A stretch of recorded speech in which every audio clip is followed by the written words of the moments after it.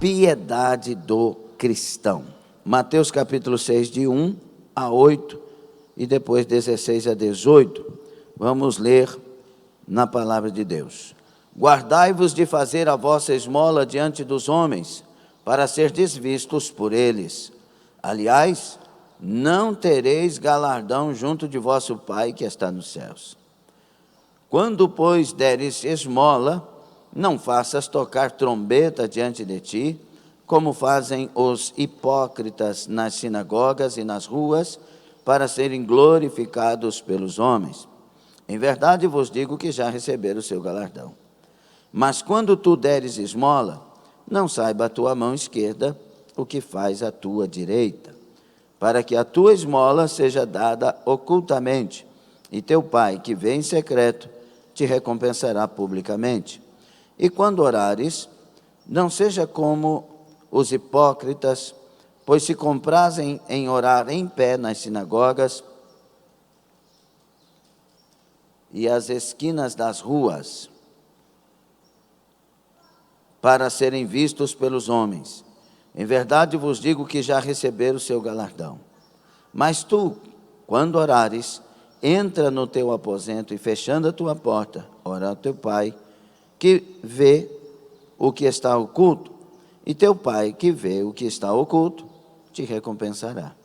E orando, não useis de vãs repetições, como os gentios, que pensam que por muito falarem serão ouvidos. Não vos assemelheis, pois, a eles, porque o vosso Pai sabe o que vos é necessário antes de vós lhe pedirdes. 14. Porque se perdoardes aos homens as ofensas, também vosso Pai Celestial vos perdoará a vós. Aliás, é de 16 a 18. E quando jejuardes, não vos mostreis contristados como os hipócritas, porque desfiguram o rosto, para que aos homens pareça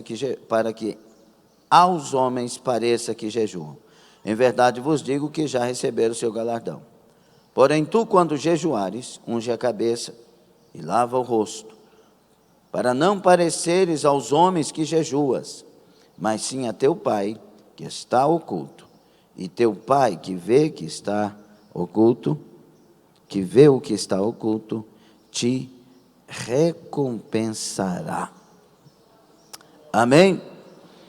O alvo desta lição é mostrar que o dar esmolas, orar e jejuar devem ser praticados para agradar a Deus. Assim fazendo, seremos ao mesmo tempo abençoados. E uma bênção. Não entendi esse final. Amém, meus filhos? Palavra de Deus, tomem assento. Glória a Deus. Então, nós estamos diante da 10ª lição.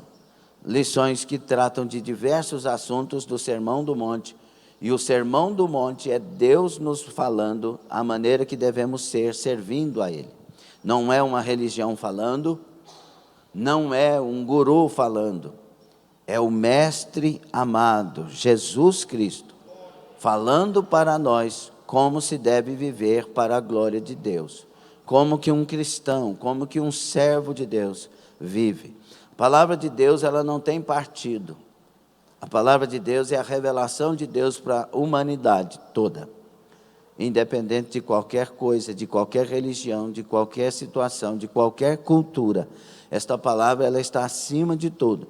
Pois é a palavra que é lâmpada para os nossos pés e luz para o nosso caminho. É a palavra que lava, que limpa, que santifica, que purifica, que fortalece, que traz fé, que traz graça e que nos mostra o caminho de vivermos piedosamente até morar no céu. Então, ame a palavra, estude a palavra e viva, pratique a palavra. Por isso, Tiago diz que nós não devemos ser, irmãos, somente ouvintes, mas praticantes da palavra. Amém? Deus abençoe Carlos Magno, Terezinha, Kátia Mochita.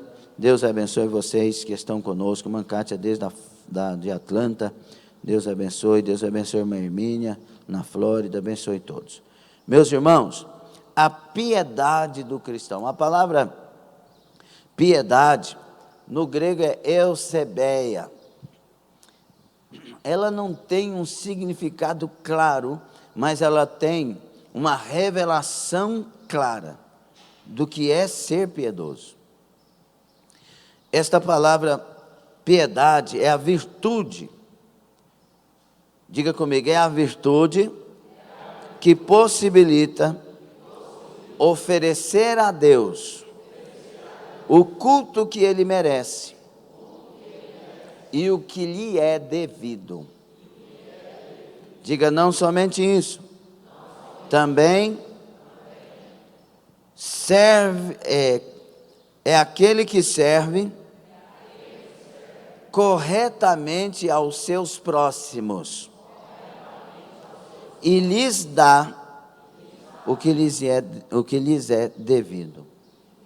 Então o piedoso, ele serve a Deus e serve ao próximo, fazendo o que lhes é devido, não conforme o sentimento e a expectativa ou o querer humano, não, conforme Deus nos ensina que faça. Porque o piedoso, ele vive na presença de Deus.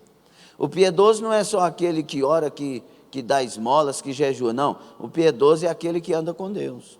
Por isso, essas três coisas, além de outras tantas, são resultados da vida do piedoso ou da mulher que é piedosa. Viver de maneira piedosa é viver com o sentimento do que é real. Entenda isso. Nós temos pastor Marcelo, meu Deus lhe abençoe, guerreiro. Bem-vindo, viu? Entenda, meus irmãos, ortodoxia, ortopraxia, ortopedia. Essas três coisas, ortodoxia é a doutrina, ortopraxia, a prática dela, ortopedia, o sentimento nela. Então tem gente que conhece a palavra e obedece a palavra, mas não é com carinho, com amor, com empolgação interior. É um dever. Sabe aquela pessoa que está presa e ela tem que sair para o sol só 20 minutos e voltar para... Obedece por obrigação, porque se pudesse, estaria fora fazendo o que escolheu fazer. Esse é um bom exemplo para a gente entender. Tem gente que está aí na igreja por medo de uma condenação. Não, você tem que estar aqui pelo prazer de ter o Senhor. E a gente não obedece a palavra por medo de ir para o inferno. A gente obedece pelo prazer de ter conhecido Jesus e viver para a glória do nome dele. É o sentimento. Esses são os nascidos de novo, independente da religião, mas são nascidos de novo.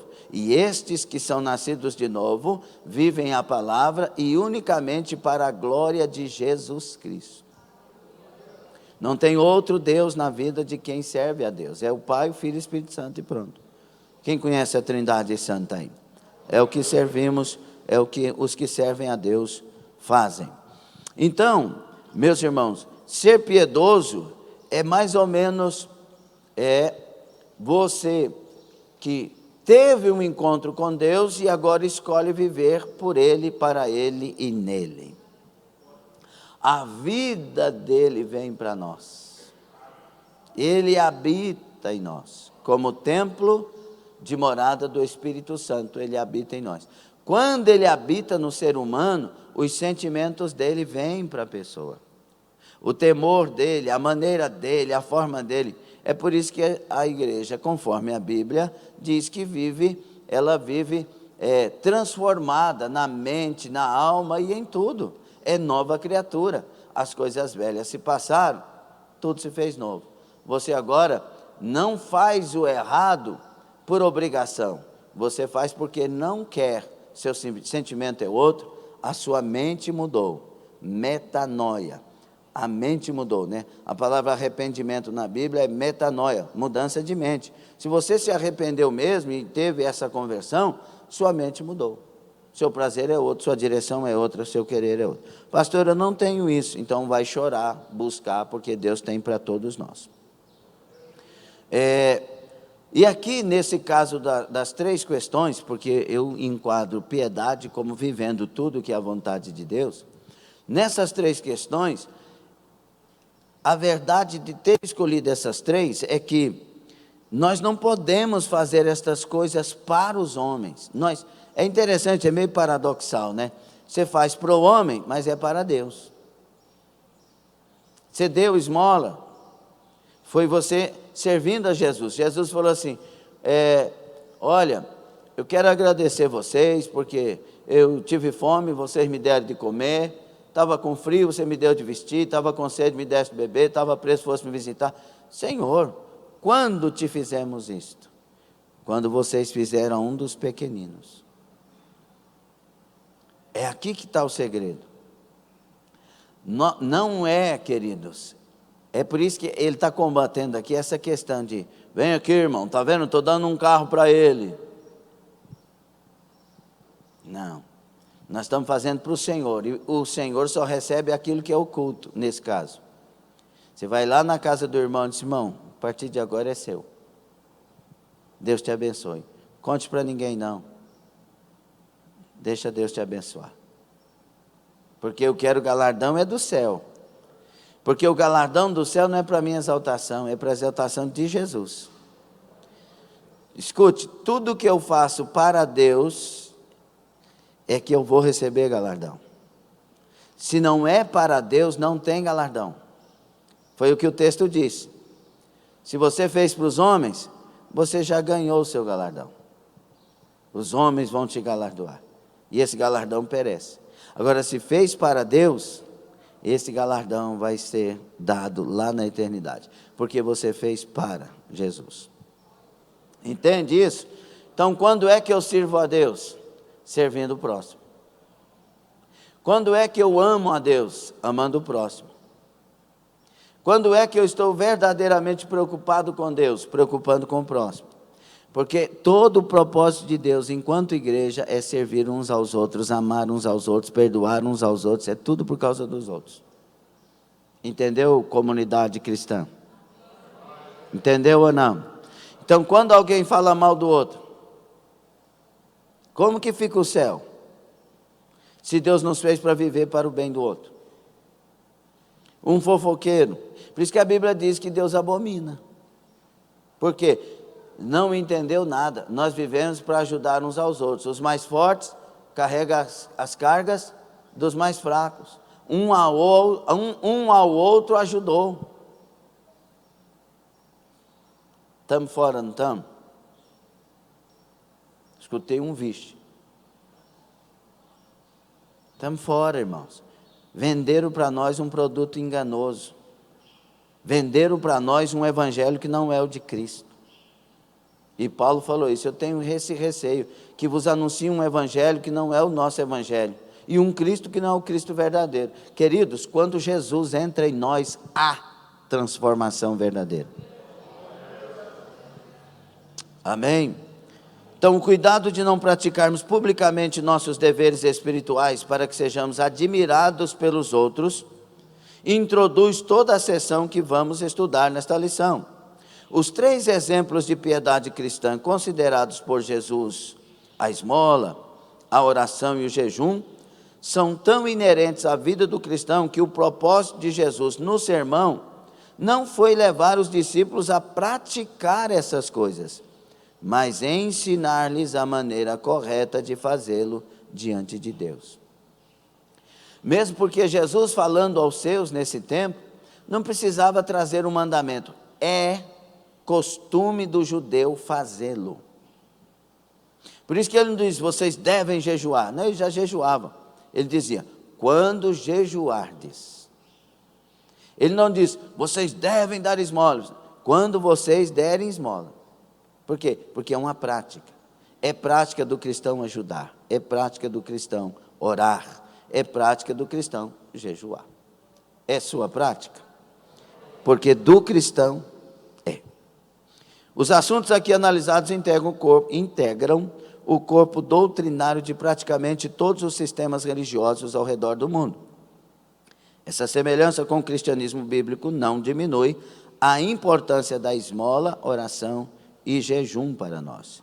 O importante não está na semelhança, mas na diferença entre o que a Bíblia ensina e os demais credos. e é exatamente para fazer diferença que fomos chamados.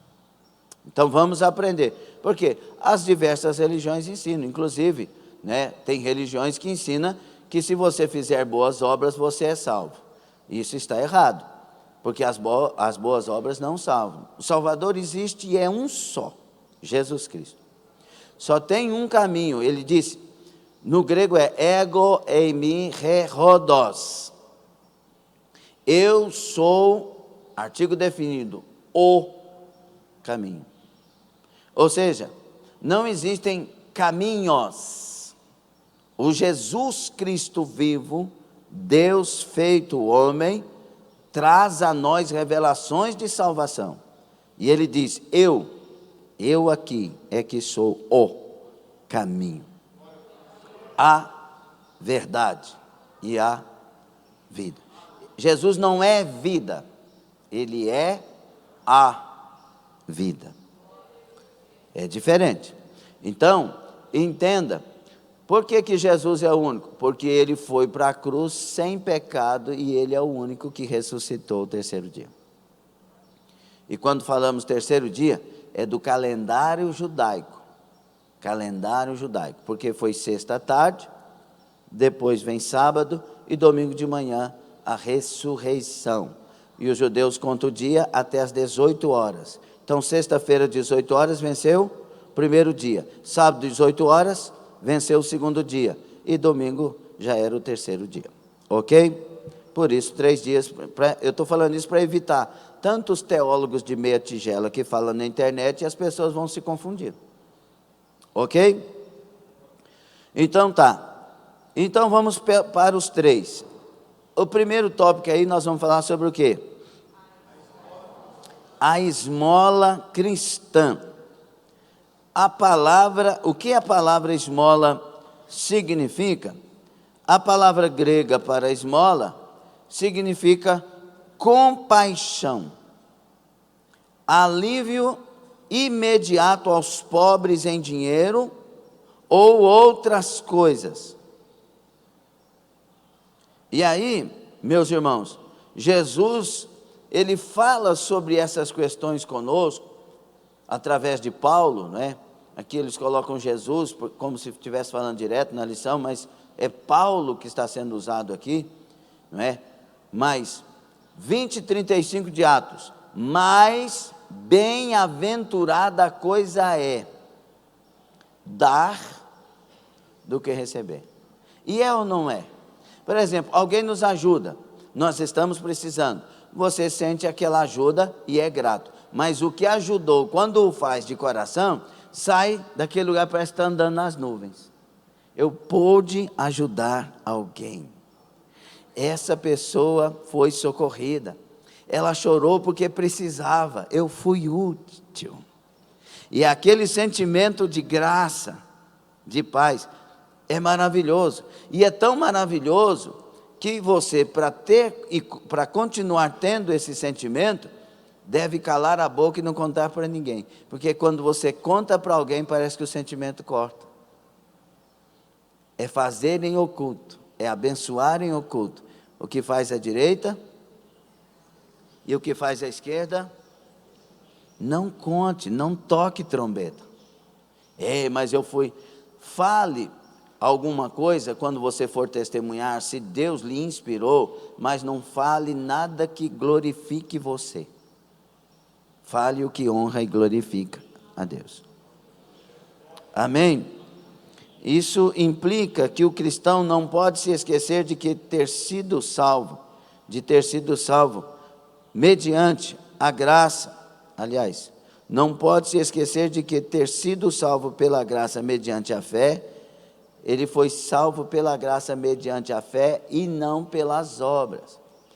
Quando alguém faz isso, não tem que fazer para ser, tem que fazer porque é. Entende? É porque é. Flávio, você está fazendo isso para conquistar alguma coisa? Não, estou fazendo porque eu conquistei, porque eu tenho. Isso aí é o resultado. Por isso que a palavra de Deus diz que nós somos a geração eleita, e um povo que proclama as virtudes do Senhor. As virtudes do Senhor, o amor do Senhor, a misericórdia do Senhor, a bondade do Senhor. Ontem eu estava pregando no pré-umada ali na região norte, e falando sobre essas coisas. E aí, meus irmãos, que nós tenhamos prazer de ajudar o outro. Eu não esqueço das pessoas que fizeram tão bem para nós. Momento de 21 vacas magras, né? A nossa vizinha de frente chegou para nós. Não, nós descobrimos que a vizinha, é o contrário, eu ia falar dela, agora eu estou falando de mim. Oh, meu Deus. Ela precisava, e nós fomos lá dividir o que tínhamos, e era pouco. E nós dividimos na metade de tudo que tínhamos. Tínhamos, como diz os antigos, tinha um bote de arroz, né? Nós dividimos no meio, tinha algumas outras coisinhas, dividimos no meio. Ela disse, não, vocês também não têm, e quando acabar para quando acabar para vocês? Acaba para a senhora, acaba para nós também, e Deus manda. E quando foi à tarde, a nossa mesa ficou repleta de comida, de coisa. E quem apareceu lá foi o pastor. Eu não vou falar nome hoje, né? Não pode falar nome hoje, senão perde o galardão. Mas eu que estou falando, ele não perde não. O pastor Francisco apareceu lá, nem conhecia nós, Deus mandou ele lá. Só o bote de arroz, foi um pacote de peito de frango do tamanho do bote de arroz. Deus falando assim, deu arroz, eu dou peito de frango. O cuidado de Deus. Mas o pastor não, mas nós não fizemos isso para receber uma mesa de coisa. Nós fizemos pensando que ia acabar. Entende a diferença? Sim ou não? E aí, queridos, é porque você, é como se o Espírito Santo tivesse me enganado aqui, que eu ia falar era dela, acabei falando. Mas ele não faz isso, é porque é a forma de falar. Quando você faz algo, querido irmão, é porque você já tem Jesus. Tem gente que tira o que tem e dá para o outro. Conheço pessoas que saem na rua e de repente vê o outro descalço, tira o sapato e dá para o outro. E aí? Coração aberto. Essas pessoas nunca deixarão de ser cuidadas por Deus. A Bíblia diz de uma viúva que vem lá com 2 moedinhas e dá tudo que tem, sim ou não? E Jesus está lá olhando quem está pondo e quanto está pondo no gasofilácio. Eita, você pensou se o pastor ficar aqui na hora da oferta? Quanto você deu mesmo? Eu não vi. Foi 10. Tá bom. E você, quanto foi? Jesus olhando ali. Aí quando aquela mulher põe as 2 moedinhas, fala, essa aqui deu mais que todo mundo. Como assim? Teve gente que deu. Não, porque as pessoas deram do que sobrou. Essa deu tudo que tinha. Aí tem umas pessoas meio aproveitadoras que usam esse tempo, essa coisa para falar assim, você tem que dar o que tem. Sai disso. Aquela mulher não foi lá porque alguém falou para ela ir. Ela foi voluntária. E Jesus disse, ela deu mais. Porque para o céu, não é o quanto você dá, é o que você dá na medida que você tem. Entende isso? Por isso que um dizimista na igreja não pode dizer que eu sou o maior dizimista dessa igreja, porque eu dou tanto de dízimo. Não, você não é o maior e ninguém é maior dizimista, porque dízimo é 10% do que ganha. Todo mundo está sendo igualmente dizimista, porque é 10% do ganho. Para o céu não é quanto entrou, é qual a porcentagem que entrou do ganho.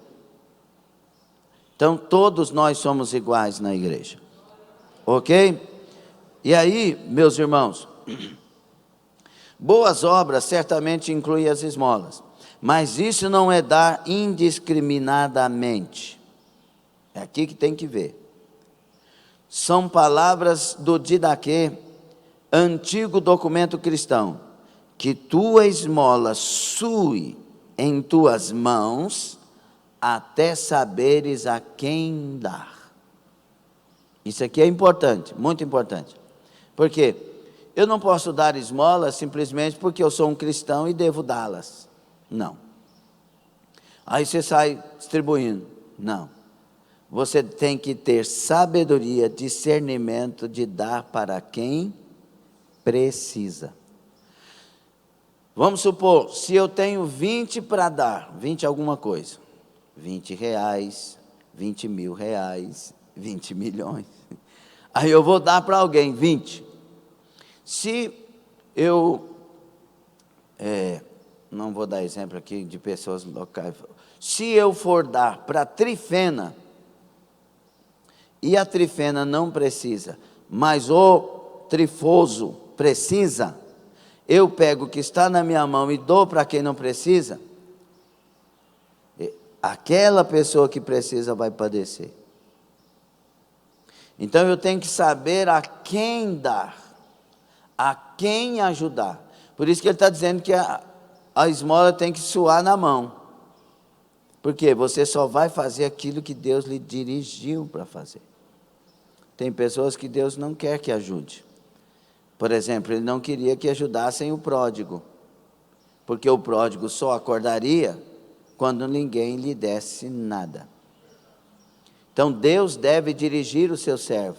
Deus deve dirigir o seu servo. Outra coisa errada é alguém chegar e falar: você tem que me dar tanto. É fácil demais, né? Eu escolho os mais ricos e falo: ó, Deus me falou que você tem que me dar tanto. Por favor, irmão, por favor, tenha sabedoria. Ai, Deus falou que era para me te dar, falou, então vou esperar Ele falar comigo também. Né? Quando eu era solteiro, uma irmã muito querida, mas ela não, né, ela falou assim: Deus está falando para você casar com a minha filha. Aí não sei o que, aí Deus usou ela entre aspas, né? Eis que te digo. Aí o meu coração fechou igual um maracujazinho corrigido. Aí ela falou: o que é que você diz sobre isso? Eu falei: Deus falou com a senhora, agora eu vou aguardar ele falar comigo. Se ele falar, fui para casa, Jesus tem misericórdia, Senhor.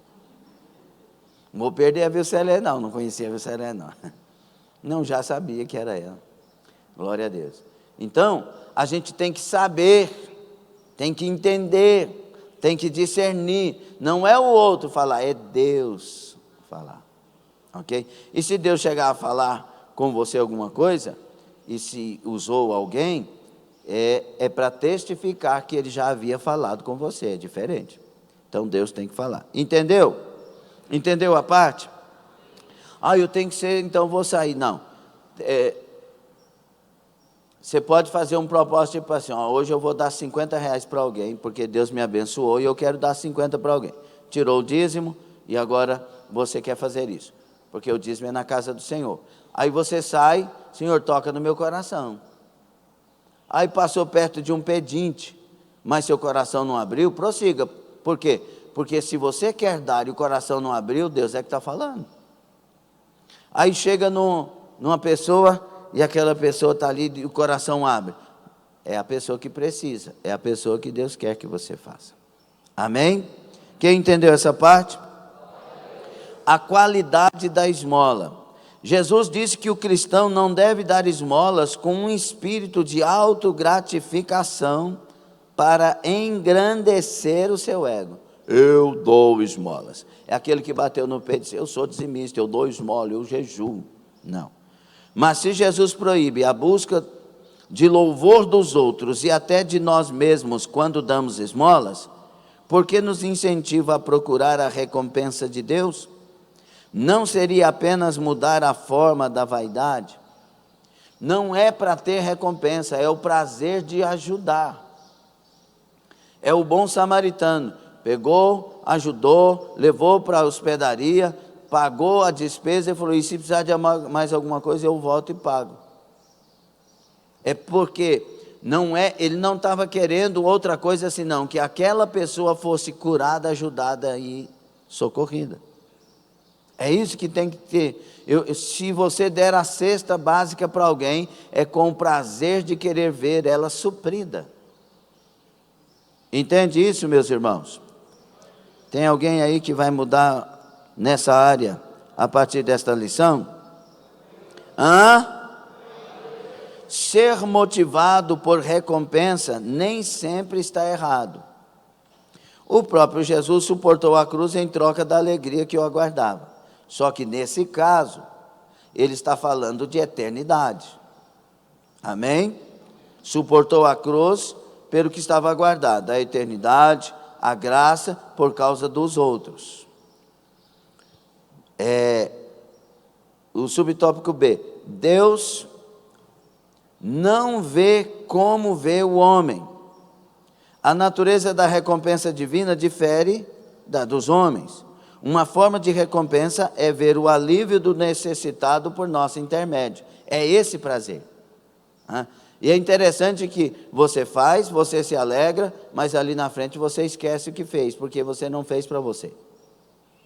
Aí chega alguém para você e fala, eu nunca esqueci aquele dia que aconteceu assim, assim, assim. Aí você lembra com prazer na alma, que você foi útil àquilo.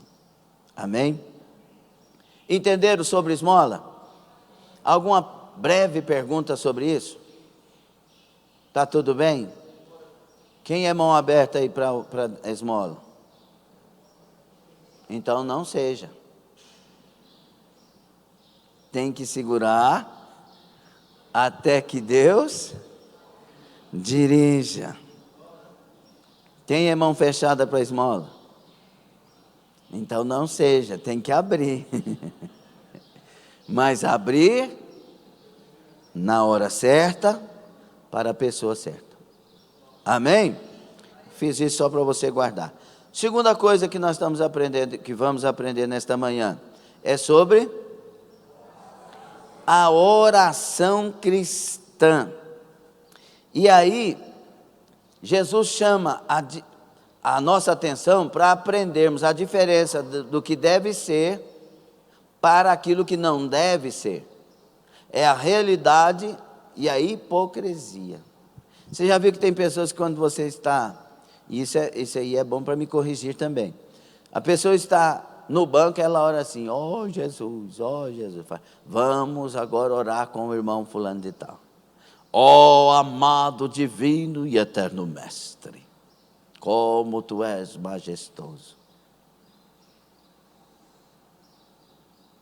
Eu lembro de um exemplo quando estávamos na presbiteriana, porque o Senhor me salvou na presbiteriana tradicional em Goiatuba, reverendo José Silva.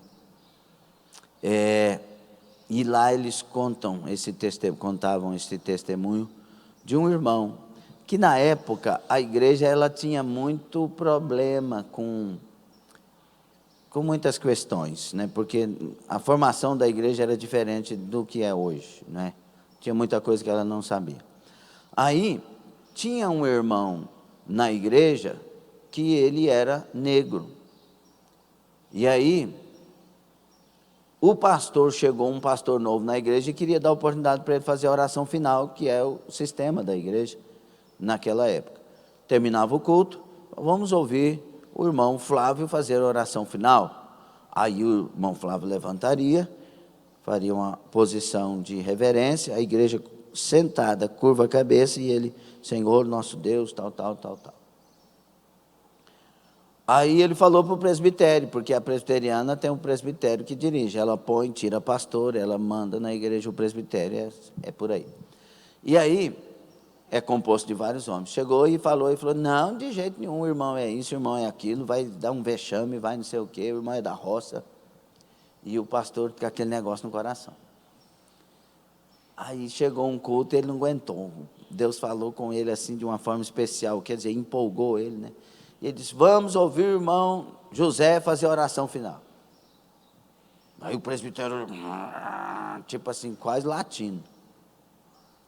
E o irmão levantou, tirou o chapeuzinho, pôs assim, falou, ó Senhor, abençoa esse preto velho e abençoa essa igreja que está aqui nessa noite. A glória de Deus encheu a igreja.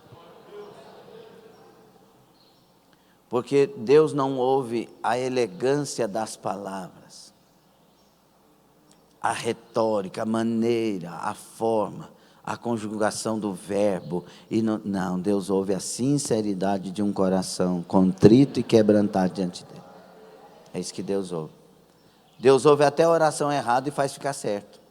Ele decodifica, ele traduz, né? Josué orou para o sol parar, mas o sol é parado. Josué 10, ele não vai orar? Sol, fique paradinho aí. É como se o sol pudesse falar e dizer assim, não, mas eu já sou parado, você não está entendendo. Mas Deus sabia o que ele queria. O que ele queria? Que a terra parasse, que o tempo parasse. E aí Deus faz a terra parar. E o mais interessante desse milagre é que não acontece nenhum cataclisma. Porque se a terra parar, é um cataclisma global. Não aconteceu. E aí tem aquela questão que eu já passei para vocês, do que aconteceu na NASA. Que eles fizeram a consulta nos computadores e descobriram que faltava um dia. Como a contagem falta um dia? Aí um dos cientistas disse, eu fui aluno da escola dominical, mas é a única coisa que a gente tem, nós não descobrimos nada. Ele falou, o que é? É que lá na Bíblia fala que teve um dia que a terra parou. Aí foram consultar a informação, o dia, fizeram pesquisa, e exatamente naquele dia houve a lacuna. Mas aí eles descobriram outra coisa, que não era um dia inteiro. Aí ele falou, eu também ouvi outra coisa na escola bíblica, que o Isaías pediu um sinal e o relógio de Acás parou. E eles foram consultar da mesma forma e lá completou um dia de lacuna. A Bíblia é a palavra de Deus. E glória a Deus por isso. Irmãos, então Jesus quer mostrar a nós a diferença. Só não faça igual os hipócritas e fariseus que gostam de orar. Eles não gostam de orar por orar, eles gostam de se apresentar na oração. É claro que alguém vai pegar o microfone e tem que tomar cuidado com as palavras, sim ou não? Não é uma oração que você pode falar com Jesus certas palavras, honestas, sinceras e puras, não é? Que está ali em secreto. Porque tem coisa que você e Deus e pronto. Sim ou não? Oh Deus, lembra-te que eu fumei escondido. Não funciona, né? Ali é a oração do secreto, da confissão, do arrependimento, da busca, e tem muita coisa que nos ensina. Mas quando você for orar, que não seja para se apresentar, que seja para falar com Deus através de um coração sincero, contrito e quebrantado. Ok? Por isso que Jesus vai falar sobre a oração, ele vai dizer que nós não devemos usar de vãs repetições. Ele está proibindo a repetição? Ele está proibindo as vãs repetições, aquelas repetições que não faz sentido.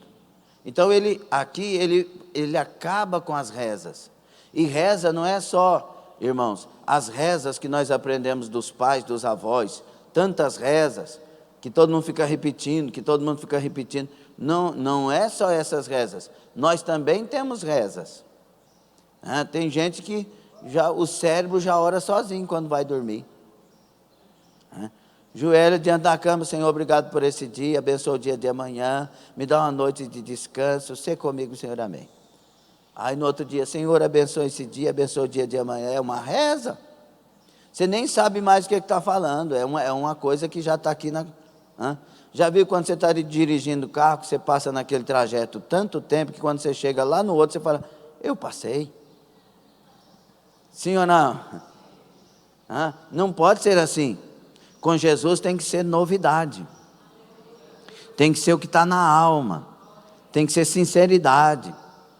E outra coisa profunda na oração é não vem querer enganar Deus com falso discurso na oração. Senhor, o Senhor me tirou, aquele homem que eu já dei o testemunho aqui, o Senhor me tirou o vício do uísque, Senhor. Agora me tira do cigarro, eu odeio cigarro faz mal, Senhor. Aí nada. Aí lá na frente ele falou, Deus não tirava o vício, ele falou, Jesus, quer saber? Eu gosto de fumar, eu gosto de dar uma talagada, se o Senhor não arrancar esse trem de mim, eu vou para o inferno. No outro dia acordou liberto. Deus não gosta. Irmãos, é uma uma falta de respeito a Deus quando você tenta falar aquilo que não é, porque Deus conhece o profundo. O texto está dizendo que Ele já sabe o que vamos pedir. Então por que Ele pede para orar se Ele já sabe, pastor? Porque Ele quer que você o busque, porque o sentido da oração não é a primeira resposta, mas a intimidade com Deus, a dependência de Deus, a carência de Deus. Amém? Estamos aprendendo? Nós vamos mudar a maneira de orar? Vai ou não vai? Por isso que Ele vai chamar, nesse caso, para a oração secreta. Ele vai tirar da praça e falar, vem para o quarto. Ao invés de você ficar, não é que não podemos orar, porque a Bíblia manda orar em praças. A Bíblia manda levantar as mãos. Paulo orou nas praças. Paulo orou na praia, despedindo dos Efésios, né? O Paulo é usado por Deus para mandar nós orarmos em todo lugar, em todo tempo, com mão santa, sem ira, sem contenda, levantada, orar pelas autoridades, orar pelos governos, para que haja paz e etc. Mas aqui ele está corrigindo os que querem se apresentar, aparecer. Não, quer fazer um negócio bem feito? Quer? Então solta o microfone, saia da praça e entra para o seu quarto em secreto. E o teu Deus que está em secreto e ouve em secreto, Ele vai te ouvir. E você vai ter galardão no céu. Você vai ter resposta do céu. É lá no quarto que eu vou deixar de ser aquele rei da oratória. Não, lá eu sou quem sou diante de quem é. Amém? Entra para o quarto, e aí as repetições, as palavras de tanta lisonja e tanta, não vai existir. Lá é alguém quebrantado se derramando diante de Deus. E é ali que as maiores vitórias são conquistadas, pode ter certeza. Amém? O quarto referido, outra coisa importantíssima aqui para nós. O quarto referido no versículo 6, representa uma despensa onde se guardavam tesouros. Ele não fala o nome quarto, simplesmente um quarto onde se recolhe. Mas ele usa um termo grego, dizendo que aquele lugar é um lugar de conquistar a despensa de Deus. Entra em secreto e a despensa de Deus abre a porta. Não vai dar glória por isso, não. Eu receio que você não entendeu, só pode ser isso. Porque se eu entrar no secreto, e lá é a despensa, é o quarto de Deus, onde Ele guarda as coisas, eu entro com vontade de não sair. É diferente. Então, a implicação é que quando vamos orar em secreto, os tesouros de Deus nos aguardam, pois essa é a promessa. Teu Pai que vem em secreto te recompensará. Amém? Precisamos ter mais momentos de quarto. Na nossa casa temos que ter o quarto de guerra, o quarto de oração, o quarto de busca, o lugar, o cantinho onde a gente vai realmente buscar a Deus. Na nossa fé antiga, muitas vezes os devotos tinham um cantinho para santo fulano, santa ciclana, e lá fazia as rezas, as buscas repetitivas. Mas Deus está ensinando, tenha um lugar onde você fale comigo diretamente. Você não precisa de outro. Eu estou aqui para te ouvir. Estou aqui para ter comunhão com você. Quando Deus Pai envia Jesus, Ele está dizendo assim, não precisa de outro. Você vai se ligar comigo através do meu Filho Jesus. Ele é o caminho. Ele é a ponte. Por isso 1 Timóteo 2,5, só há um intermediador entre Deus e os homens, Jesus Cristo justo. Amém, meus queridos? A hipocrisia era a marca dos fariseus, e as vãs repetições identificavam gentios ou pagãos. Fuja disso. Quando a nossa oração se aprofunda, cada vez mais precisamos de menos palavras. Verdade ou não? Você vai orando, Jesus. Aí começa aquele momento que Deus vai te quebrantando, você começa a chorar. Jesus. Você para de pedir e começa a falar: eu te amo, Senhor, o Senhor sabe que eu te amo, o Senhor é tudo para mim. Você esquece de pedir, porque essa é a questão. Deus te atrai pela necessidade e te confirma pelo prazer da unidade com Ele, da comunhão com Ele, da vida com Ele. Aí daqui um pouco você muda até a oração: Jesus, se você não quiser me dar, não precisa dar não, tá? Porque você já sentiu o prazer de estar com Ele, de ter encontrado Ele. Porque, na verdade, o tesouro maior que a gente precisa é Jesus Cristo e comunhão com Ele. E depois que você o acha, você deixa para que Ele resolva o que Ele quiser na sua vida. Ou não é assim? Então, alerta. Quando você estiver pedindo demais, talvez esteja distante demais. Gostou não, né? O Deus do cristão não se impressiona com o volume de palavras e o tempo gasto em oração, mas a qualidade da busca. Aí tem gente que pega isso aqui e fala assim: é por isso que eu oro 20 minutos. Eu quero ver você encontrar a presença de Deus e sair em 20 minutos. Não sai. Tem hora que a presença vem de tal maneira que quando você vê, passou 1 hora, 2 horas e você não viu. Sim ou não? Tudo muda, o tempo, o espaço, o momento. Quando você encontra com Deus, a coisa é tão sobrenatural e maravilhosa, que parece que você sai da sua realidade de tempo, de dia, de momento, de necessidade, e entra na dimensão da realidade de Deus. Para Deus não tem dia e nem hora, um dia é como 1000 anos. Tudo passa rápido com Ele ou demora com Ele. Tem hora que você... acontece tantas coisas tremendas e quando você vê, fala: mas não é possível que foi tudo isso em tão pouco tempo. Então tudo depende da comunhão, de encontrar a presença. Vamos orar? E o terceiro? Primeiro foi o quê? A esmola. Segundo. E agora? Irmão, tem tanta coisa para a gente aprender a respeito disso, não é? Olha o que disse John Wesley: algumas pessoas têm exaltado o jejum religioso, elevando-o além das escrituras e da razão, e outros o têm menosprezado por completo. Não é? Nós não estamos vivendo isso nesses dias? E olha a época de John Wesley. Mas tem muita gente dizendo que não precisa jejuar. Cabeça cansada, eu estou... Mas eu corrijo. Não precisa de jejuar, porque o sacrifício de Jesus já foi completo. Ai, que gracinha. Não precisa nem parar de pecar, porque Jesus já tomou nossos pecados. Os que já pratiquei, os que vou praticar, Jesus já tomou. Então não precisa de parar. É por isso que a igreja de hoje, em muitos lugares, está bagunçada. Tem muita gente fazendo besteira e asneira e se defendendo e dizendo que não precisa. Porque fulano falou, ciclano falou, mas está vivendo uma vida de miséria. É necessário aprender com Jesus e com os discípulos. A igreja é firmada na doutrina de Cristo e dos apóstolos. Para entender a doutrina de Cristo, conheça a pessoa de Cristo. Isso é regra de hermenêutica e exegese. Quem está falando é quem vive assim e assim, por isso eu entendo assim e assim.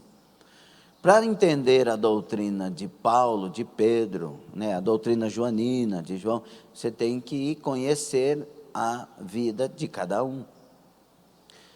E aí eu uso um texto de Paulo, pastor Marcelo, para dizer que não precisa jejuar. Mas Paulo jejuava? Então você está interpretando errado. Como Paulo vai dizer que não precisa daquilo que ele pratica? Interprete a coisa da maneira correta. Jesus jejuava? Sim ou não? Paulo jejuava? Pedro jejuava? Os discípulos jejuavam? São os textos que revelam que eles faziam isso na Bíblia? Então, por que não jejuar e por que abraçar uma doutrina de alguém que está dizendo que não precisa mais jejuar? Existem algumas formas de vitórias especiais. Oração e jejum é uma das armas mais poderosas da igreja. Jesus disse assim: essa casta de demônios, o que é uma casta de demônios? São os demônios terríveis. Esta casta de demônios só se expulsa com jejum e oração. Então, quando eu quero uma vitória sobre algo que é muito difícil, a oração e o jejum é o segredo. O jejum mortifica a carne. Tem muita gente, irmãos, que a carne está vencendo, está triunfando. Ai, pastor, eu não consigo. Ai, pastor, eu não consigo. Eu não sou super-homem, ninguém é super-homem. Mas a graça de Deus é verdadeira. A graça capacita o homem a não viver no pecado. Capacita a pessoa a não viver no pecado. Pela graça sois salvos por meio da fé? Amém. Mas se eu tenho a graça, eu posso pecar? De maneira nenhuma. Romanos 6:1. Então a graça, ela me faz salvo e ela me faz viver como um salvo. O jejum mortifica a carne e busca de Deus a vitória sobre algumas tentações e provocações que temos recebido para o corpo.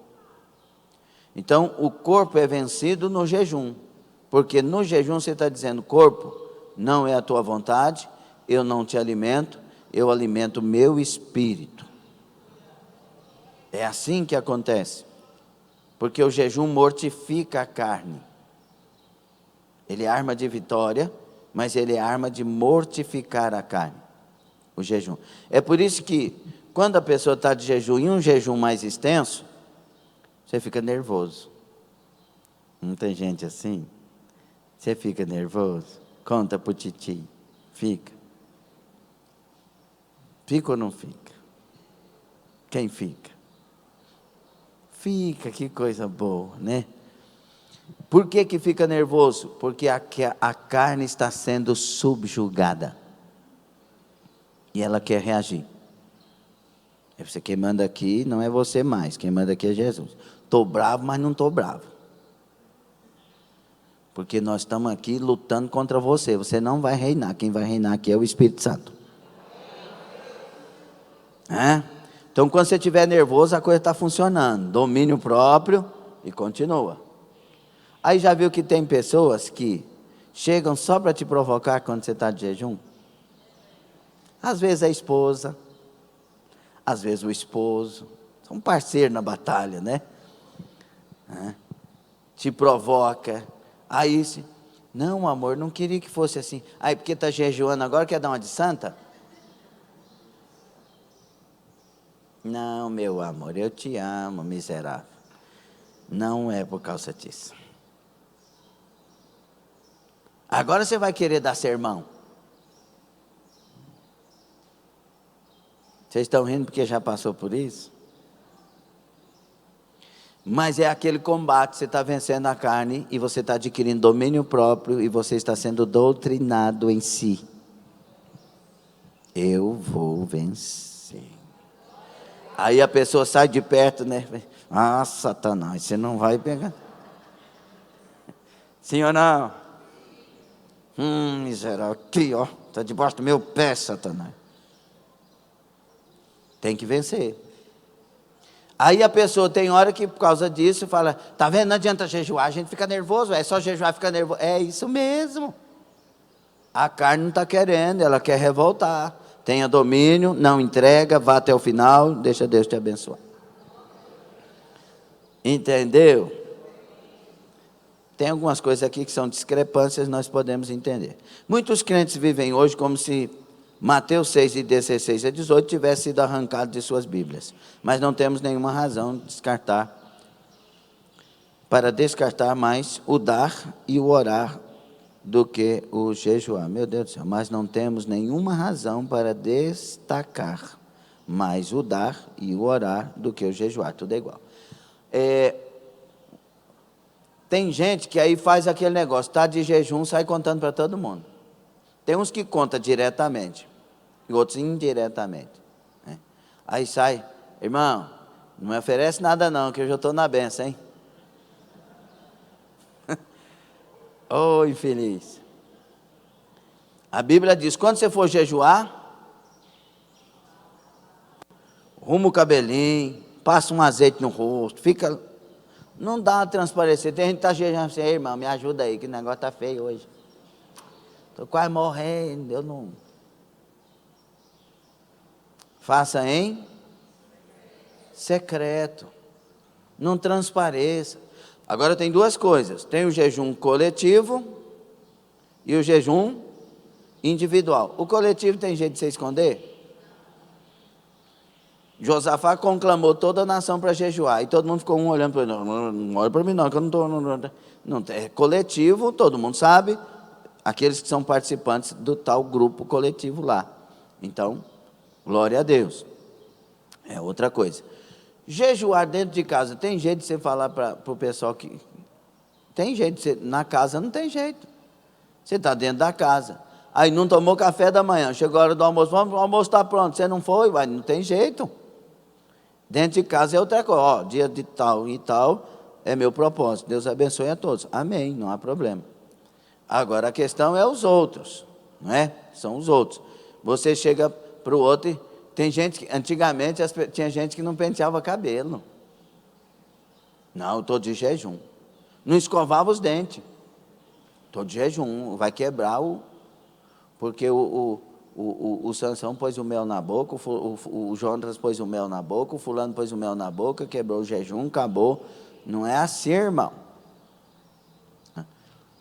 Tem que entender que você não pode se mostrar como quem está jejuando. Mas se alguém descobrir que quebrou o jejum, não, irmão, não quebrou. Deus está corrigindo, não é os outros, Ele está corrigindo você. Quando depender de você, que ninguém saiba. Mas se souberam, fazer o quê? Você chega na casa do crente, vai, tem um... Por isso que crente ou aceita ou não aceita na primeira, irmão.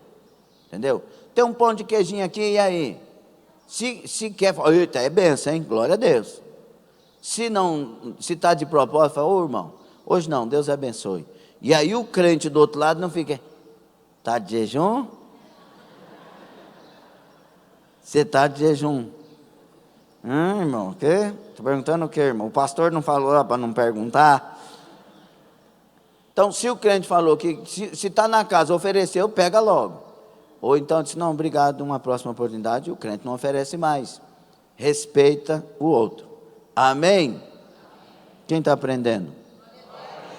Quem praticava o jejum? O povo de Israel, depois do cativeiro também, os fariseus jejuavam, os discípulos de João Batista também, o próprio Jesus, a igreja primitiva, os apóstolos, todos jejuavam. Por que que vem uma nova doutrina dizendo que não? Nós somos outra igreja? Não, nós somos a mesma igreja andando em sequência até que Cristo volte. O jejum é um meio ou um fim em si mesmo? O jejum não obtém um favor automático de Deus, pois se não for acompanhado de uma conduta correta, sua prática perde o sentido, a não ser que você esteja jejuando para mudar, porque não quer parar de fumar, quer parar de isso, quer parar daquilo, quer parar das bebidas alcoólicas, quer parar dos vícios, você não quer mais, você quer agora vitória sobre essas questões. Aí é diferente. Deus responde, sim ou não? E como responde? Por isso que eu tenho falado de algumas coisas. Mas nós não devemos chamar a atenção para nós mesmos, mas expressar nossa humildade diante de Deus, que tudo conhece. Humilhar diante daquele que é o Deus que sabe, que vê e sabe que nós estamos jejuando por causa dele para ser melhor para ele. Ok? O jejum é a abstenção total ou parcial de alimentos e de água durante período de tempo longo ou curtos, a critério de quem vai jejuar, sempre com razões específicas. Qual que é o melhor jejum? Talvez alguém pudesse fazer essa pergunta. o melhor jejum é o jejum completo. Sim ou não?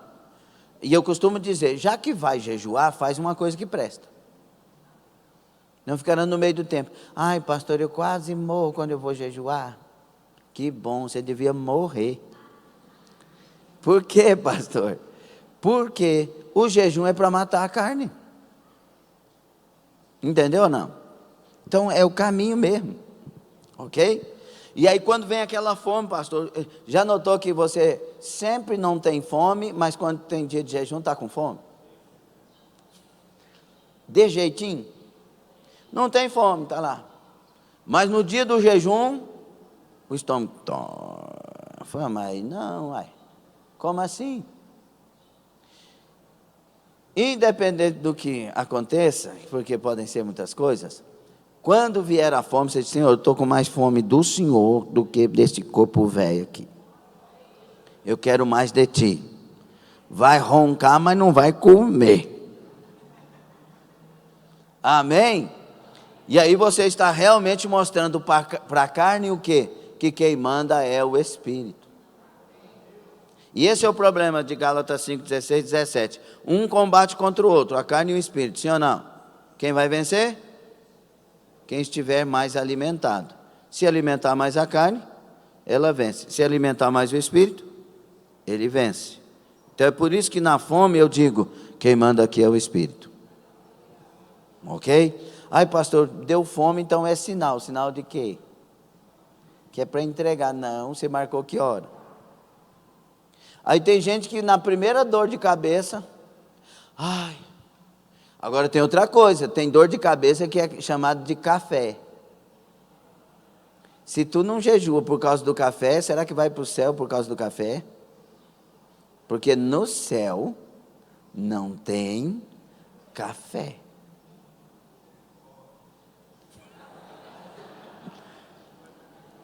Mas você jejua, né, Wesley? O Marcelo, meu genro, ele não toma café. Ele engole café. Os gaúchos, eles põem caneca de café. É igual os americanos. Põem caneca de café. Rapaz, isso não dá um enjoo, não. Uma tigelinha, estou falando aqui, tu parece que tem umas bocas cheias d'água aqui. Uma tigelinha é bom, 2 tigelinhas, tal, de vez em quando um biquinho, mas uma caneca de café, né? Então, se o café não te deixa jejuar, quem está mais forte? A carne ou o espírito? Uma vez eu falei, eu sempre lembro do Elísio quando falo, né? O Elísio não jejuava por causa do café. Uai, pastor, me dá uma vontade de tomar café, eu não dou conta não. Aí eu falei para ele assim, Elísio, se você não jejua por causa do café, será que você vai para o céu? Pelo amor de Deus! Imagina passar no inferno sem café. É melhor passar no céu sem café. Ou não? Se bem que tem gente que se descobrir que no inferno tem café, pode até mudar de opinião, né? Tem que ser liberto, irmão. Aí ele falou assim, não, esse bicho não vai mandar em mim mais, não. Aí ele começou a jejuar, e nem café ele bebeu mais. Que Deus libertou ele, era um vício. Dá dor de cabeça sim, se é um vício. Né? Então segura e vai até o fim. Mas pastor, eu estava tomando, por causa da dor de cabeça, eu tomava uma xicrinha de café e continuava jejuando. Continuava não. Amém? Agora, tem problemas de rins, tem problemas de saúde e de fato precisa tomar água, então tome, mas não toda hora. De 2 em 2 horas, toma um copo de 200 ml de água, para não ser aquela coisa de barriga cheia, mas sim por necessidade. Entendeu? Mas um jejum melhor é o completo, porque o Senhor vai olhar que tem mais fome e tem mais sede nesta pessoa. E o jejum de Daniel, pastor? Não. Abstenção de quê? Eu vou comer só legumes, pastor. Não é jejum. E o jejum de chocolate? Não, é propósito. E o jejum de Coca-Cola? Pelo amor de Deus, você precisa de libertação. Não é jejum, irmão. Isso é propósito. quero parar de beber. Senhor, quero parar de beber coca. Vou ficar um mês sem beber coca. Isso é propósito. Jejum é abstenção por um propósito de se achegar a Deus e não de emagrecer, de parar disso, de parar de comer doce. Eu fiz jejum de doce, pastor. Não, você fez um propósito de doce. Agrada a Deus? Agrada, porque você está cuidando da saúde, e todo aquele que cuida da saúde agrada a Deus, porque esse é o templo. E nós temos que cuidar do templo. E aí daquele que destruir o templo. Mas jejum é abstenção de água e de alimento sólido por um propósito específico diante de Deus. Amém? Uai, pastor, eu pedi muito jejum. Eu fiz jejum do Daniel, eu fiz o jejum da cobra seca. Eu fiz o jejum. Não, irmão, não faz não, tá? Faz propósito de perder as coisas que te fazem mal. Ok? Amém ou não amém? Então tá. Quando o jejum é praticado? O jejum sempre foi praticado em ocasiões de grandes decisões, em momentos de tristeza, de arrependimento e sempre acompanhado de orações. O jejum pode ser individual ou coletivo. Então, jejum e oração é como os dois remos do barco. Se tiver só um remo, vai virar. Se o remo for do lado direito, o barco só vai virar para o lado direito. Se o remo for só do lado esquerdo, vai virar só para o lado esquerdo. Um puxa para o outro. Agora, tendo os dois, o barco vai para frente. Oração e jejum me leva para mais perto do Senhor. Aprendemos?